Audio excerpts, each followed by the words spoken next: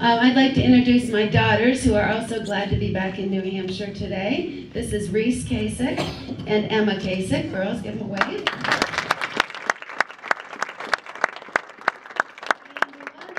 By telling you why we think that John Kasich deserves your vote in the New Hampshire primary. Reese, did you have something you wanted to say? I think you should vote for my dad because he's the most experienced and the only one I feel comfortable with leading. That's a little biased because he's my dad, but I really believe it. So.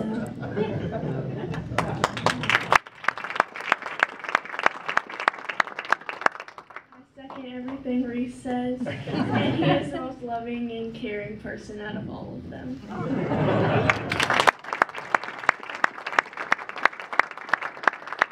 I guess before John comes up here, what I would like you to know is that he is a man of great faith, of deep compassion, and yes, he has the experience, and we've seen it ever since he was in Congress for 18 years, where he learned to work across the aisle with folks to actually accomplish things, where he balanced the budget, his years on the Armed Services Committee, his time in the private sector where he learned how and why jobs are actually made and created by businesses, and of course his 2 terms as governor of the great state of Ohio, where over 350,000 jobs have been added since he's been in office, among other things. So we're very proud of his experience, but also of the man that he is. So my husband, John Kasich.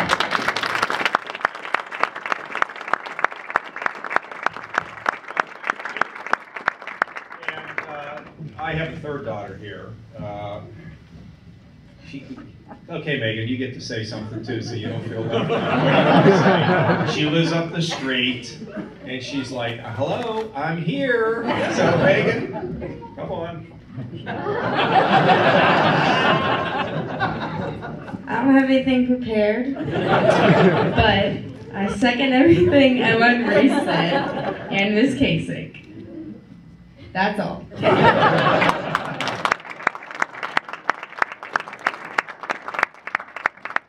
Great to have them with us. They just had their 16th birthday on Saturday, and so as a birthday present, I brought her to New Hampshire.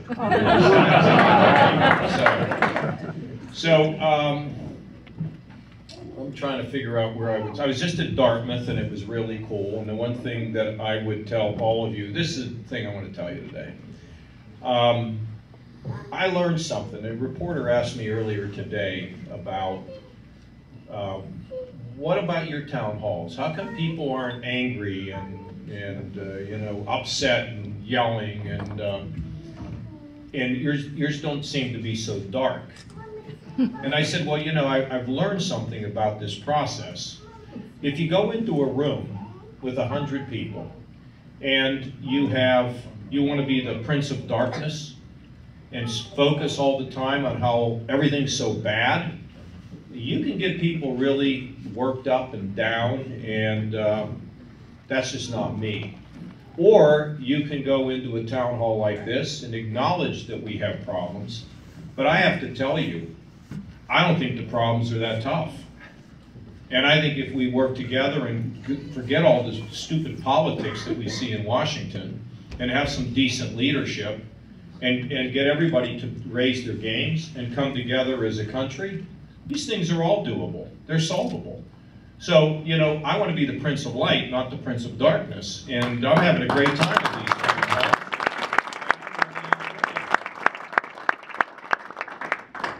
Wow, come on. How could you girls, look at these kids back here. What is your name? Lizzie. What is it? Lizzie. Lizzie, come on up here. Come on up here. Come on, Lizzie. I see you're real shy. Lizzie. Come on, Lizzie. Come on, Lizzie. Okay, I won't make you, Lizzie, but I just wanted to give you a handshake. How about your sister? Will she come up here? Oh, yeah.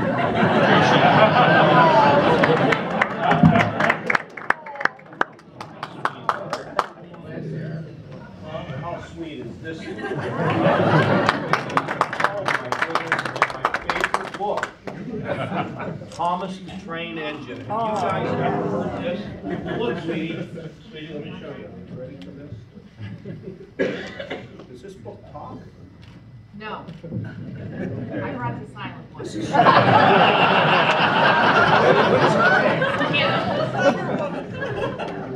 Anna, go get your book back. Anna, do you? There she comes again.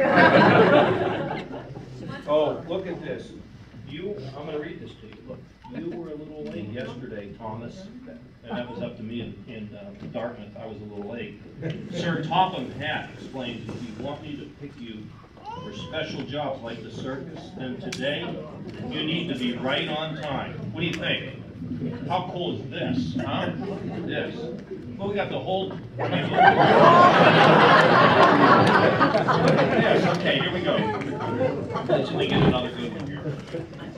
On the other side, look, on the other side. That's Thomas right there. Is that Thomas? Where's Sir Topham Hatt? Is he in here somewhere? Where is Sir Topham Hatt? What is that right there? What is that animal right there? No, it's not a piggy. What is that animal? You can tell me. How about a cow? What noise does a cow make? This is so great. Hey, forget all of you. Here you go. A round of applause.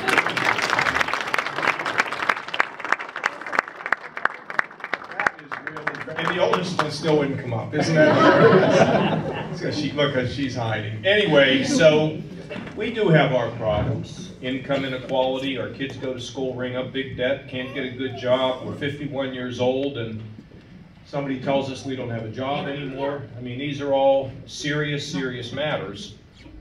But if we plug together, we can get it done. And here's what else I would like you to know. I grew up in a town. My father was a mailman. His father was a coal miner. My grandfather died of black lung. And as he was dying, he was losing his eyesight because he worked in the mine. And my Uncle George said that my grandfather would come home, because there were like, I don't know, 8 or 9 kids in the family, and he would bring his lunch home, and my uncle, for the kids, and the Uncle George said that they could smell the mine in the lunch, okay? That's how tough it was. And then my mother's mother could barely speak English. And then Karen Cervantes, who was here, who did the pledge, where is she? She's back here, always. I mean, she's one of the people that helped me to first get elected. And I was elected at 26 years of age to the Ohio Senate. No one ever expected me to win. And then I was elected at 30 to Congress. So when you hear all this experience, I was just a kid when I got elected to these jobs. But here's what I want you to know, and she'll certify or testify to it. My mind's eye is my grandfather. My mind's eye is Karen. My mind's eye are the people who never seem to have a voice. So whether it's getting more savings out of welfare reform, whether it's balancing a budget so we can get a job and using common sense, whether it's fixing Ohio and creating jobs, doesn't matter who I've got to get in the middle of, I'm going to go do it, because why else would I do this job? And if you're hurting, we're going to help you.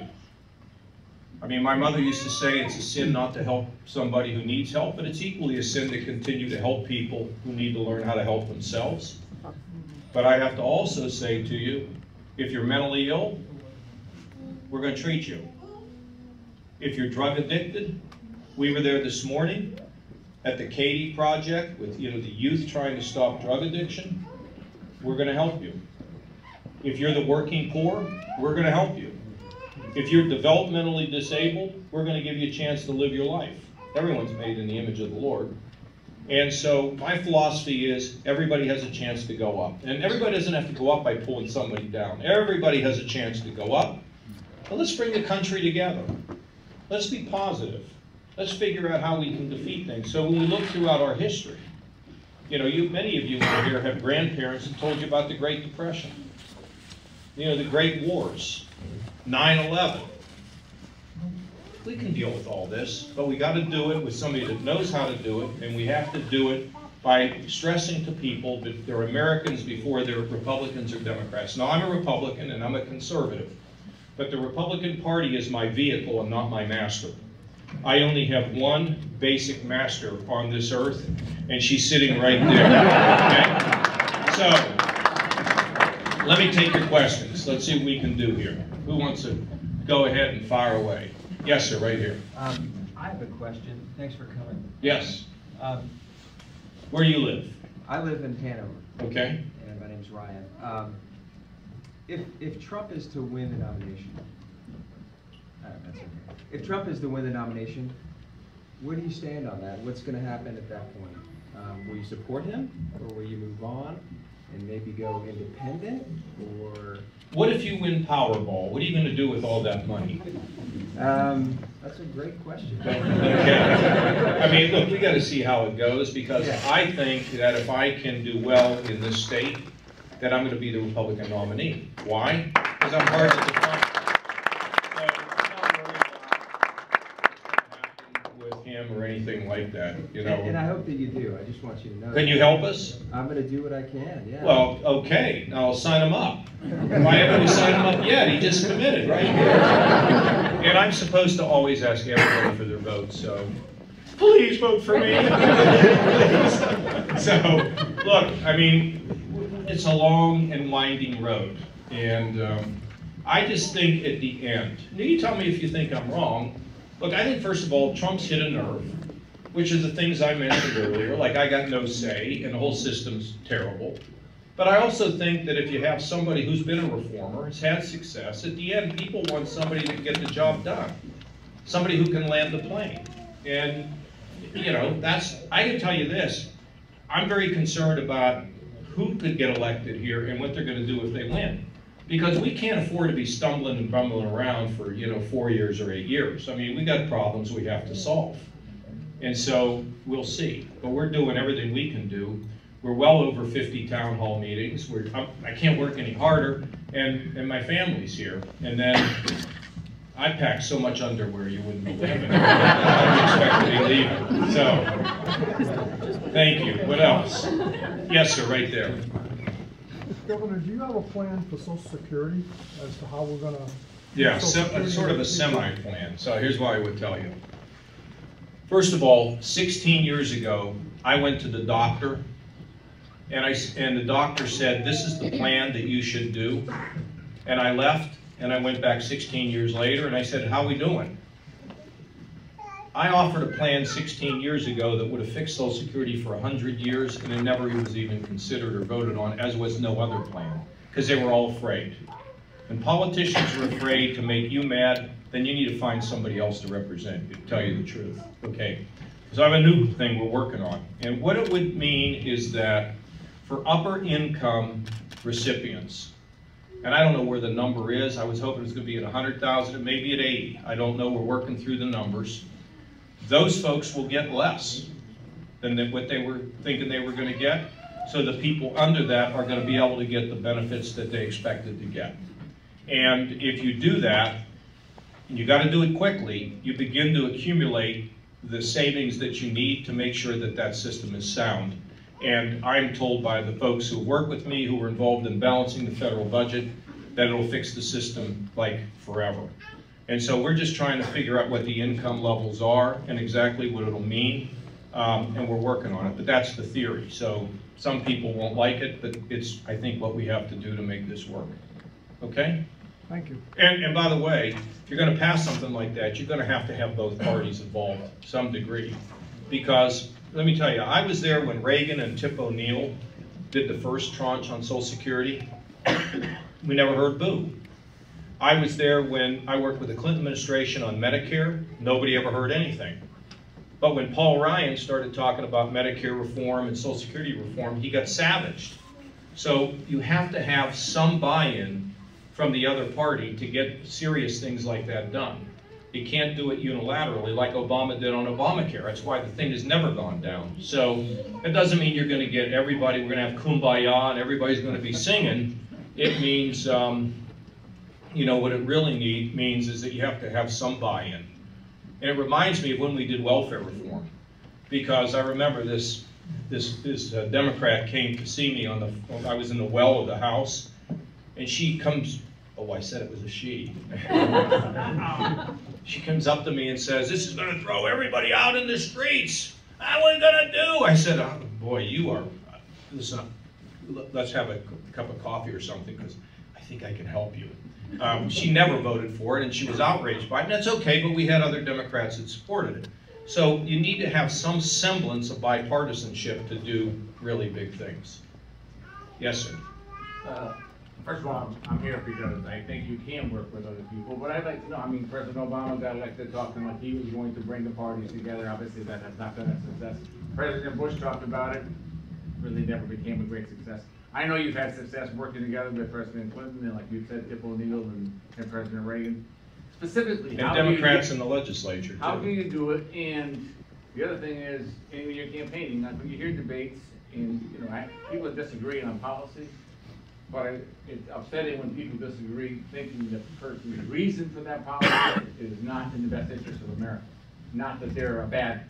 Yeah, you know what I'm saying? How are you going to specifically, once you're elected president, bring the parties together? Because I agree, we can solve problems, but we need to work together.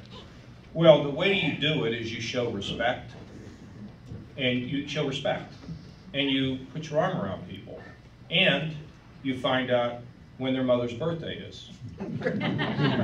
You listen, I'm not kidding you. This is the way it works. I have more people that come up to me and say, like Democrats, who say, my mother really likes you. I said, well, I know there's something wrong with you, but why don't we get your mother? And I'll call mom. Because, people are people. I was at an editorial board today, and they were talking, I used to play basketball down in Congress. We knock each other around from 4 to 5 o'clock. If you look right here, you can see a scar where this Democrat congressman, he ran into me and butted me with the top of his head and gashed my face open. It's just what we did, okay? But when you do that, you develop relationships. And Karen, my wife, has known a lot of my Democrat friends, haven't you, babe? And some of them, they'll come out to the house, whatever. I mean, you just have to treat people with respect and treat them as people. And then when it goes south on you, you can't call them names, you can't lose patience. I mean, there are times when I get really angry that somebody won't help me. And you got a choice. You can take the chessboard and knock all the pieces on the ground, or you can realize, hey, here's what really is crazy in politics, and I wish it wasn't true. The very person who you're angry at today is the very person that helps save you tomorrow. Don't you just hate that in life? You can have no permanent enemies because, isn't it true, Chris? You can't have any permanent enemies, and you're like, this is the worst person, and then the next thing you know, they're the ones that are doing something to help lift you. So, well, we want to do good with. We want to get people to work together. Now, I have a Democrat that I worked with for a year. I'm going to tell you a little story. You'll probably make the papers. He was helping me to reform a school system in Ohio. He actually wrote part of the bill. And when the bill ended up on the floor of the House where he was, he spoke against it and voted no. Now, how do you think that makes me feel? So I've been thinking, this happened, what was this, last summer? Doug, is Doug in here? He's never here when I need him. But I'm still trying to figure out, I thought about it today, what am I going to say to him when I see him? I mean, because this was for the kids. And I felt as though he put his political career in front of the kids. But you know what? Don't we all have feet of clay? Don't we all disappoint one another and ourselves? So I don't have figured it out yet. Yeah, I don't know. I don't know what I'm going to say. We're going to see. Yes, sir. I've got 3 issues and 2 comments, but I'll just go okay. First Let's issue. do them. What's first one? Immigration. Okay, I'll answer it. Finish the border. Have a guest worker program so people can come in, work, and go home. And for the 11.5 million that are here, if they haven't violated the law, since they violated it to get here, I'd make them pay a fine, make them maybe pay back taxes, and they would have a path to legalization, but not to citizenship. So you mentioned that during one of the debates as well, you couldn't deport the 11 million, but the issue I have is different than in the South. In the South, they have Mexicans from across the country. That seems to be the topic. In the North, it's more people overstaying visas. So what do we do to track people in visas and make sure that people go back home after the visa? I think you're absolutely right. That whole visa program, whether it's the visa waiver program where somebody from a country can come in, even if they fought somewhere else and they were our enemy, that they can come in without us really checking them except for their passport. I think the whole thing needs to be reviewed. It's not comfortable. That's why I'm not for letting the Syrian refugees in. So that whole system needs to be worked. And you know what else I think? We have all these computers and all this technology. Why don't we use it? Why don't we make it work? Yes. Okay, you know why we don't make it work? Because we don't hold anybody accountable. We need to hold people accountable, and we need to make it work. So I tried to make people accountable. Where's Laura? I was like, I don't like the kids' travel schedule today. And I'm like, I want this, I'm a demanding person when I'm the CEO. And you have to demand that you get excellence from that. And how hard is it to track who these people are? Okay. So the second part of that is, can you at least agree to cap that? I mean, there's 11.5 million. Let's agree right now that we're not going to allow any more. Unless it's legal. No more legal. No, if the wall's built and they come in, they got to go immediately back. It's not just the wall. It's H-1B visa. Yeah, I mean all that. I'm not going to tell you what the H-1B visa program ought to look like, because it may be right, it may not be right. I don't know. But I know this. I don't want to willy-nilly let people come in here, overstay their visa, violate the law, and then we don't have any control. That's what we can afford. We can't afford that today. Sir Topham Hat's on his way. Go ahead. The gentleman brought up Social Security. Yeah. One of the other thoughts was to remove the cap on Social Security. So the cap's off at $115,000. It won't do it. So what I talked about in terms of how to make the thing balance, that's the program, in my opinion, that will work. And about the only one that can work, but we got to get started on it right away. And then the third issue is gun control. I know that's a touchy subject for many people. All I would ask is, I live near Newtown, Connecticut, so I saw people, I know people whose grandchildren were in that room, and I asked you to review the transcripts of that day and a video, any briefing you can get about that event, and I think that may influence your decisions on gun control. Well, I'll tell you what influences my decision is what I've heard about the family where you had a mother that couldn't control her son. And so my question is, where's the father? Where's the siblings? Where's the neighbors? See, I think we have a deeper issue than the gun. I think the issue is the culture. And so we got to deal with that more than any other. Mental illness? Yeah, absolutely. That's the only thing the president is executive order that I think Congress ought to take up and pass. And the state should be forced to upload the information so we don't sell guns to people who are mentally unstable. Exactly. I completely agree with that. And then the two... And let me give you another one. Down in Virginia, it didn't involve a gun, but it involved a knife. Craig Deeds, who ran for governor of Virginia, I think he was lieutenant governor, he took his son, are you familiar with this, ma'am? He took his son to the hospital. They didn't have any beds for him.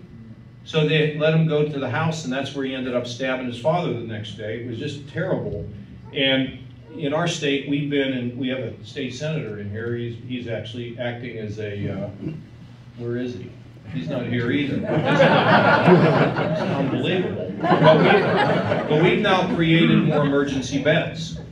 And by having the extra resources, we're also providing support at the community level on mental health and drug addiction.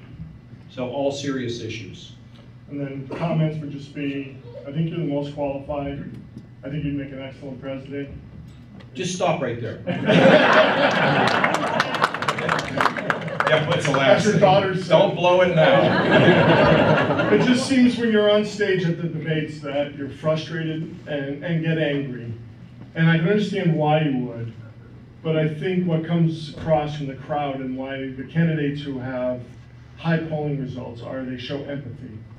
And I know you have empathy because it was evident when you started here and have a heart. But I think you need to display that more in Did public. you see the last debate? I did not see the last one. I got a We'll send you a tape. I'll wait till I get home. I agree with you, but I don't think that's what's working in the debates for people. I think it's he who yells the loudest and attacks the most. And and creates a soundbite. I So, think there's just a lot of pain in the country, and I think you're aware of it. It just doesn't come across. yeah. Well, but there's all kind. Enough said. Gotcha. Okay. Yes, ma'am. Yes, hi. Welcome to Lebanon. Yes. I worked for 26 years as a public And I got here and I teacher. didn't even need a passport. I don't it didn't take that. Get it? Go ahead. Go ahead. I worked for 26 years as an elementary school teacher, public elementary Which school grade? teacher. K through 6. Give her a round of Yes. applause. I had a very good health benefits plan as a retired New Hampshire teacher. I received my first bottle of pills for my leukemia on Friday. I would take 3 a day. Each pill costs $90. That's $270 a day. What will you do for people like me? I mean, I'm lucky, but I never thought with my work career, I would be eligible for financial aid, and I am. What will Well, you let do? me tell you, I'm finding a lot more out about pharmaceuticals. One of the things that I've said over and over again is that we don't want to attack them because they need to do the research and development to develop the new drug. But I've come to find out that sometimes they buy the research and development from somebody else who did it. And I've also come out to find out, and I don't have all this rundown yet, but I've also heard that we, through the National Institutes of Health, give grants to schools to do the research, which means we the people, have already paid for the R&D. So why would we pay for it twice? And another thing that burns me up, to tell you the truth, is when we pay for the research and development, they sell the pills over in Europe for much less than what we pay. What are we, patsies here? So I think really the whole issue of prescription drugs, competition, now we need more competition. We need the FDA to approve things quicker, but if they approve it too quick, then you got a problem like they have in France. So you don't want to be just throwing stuff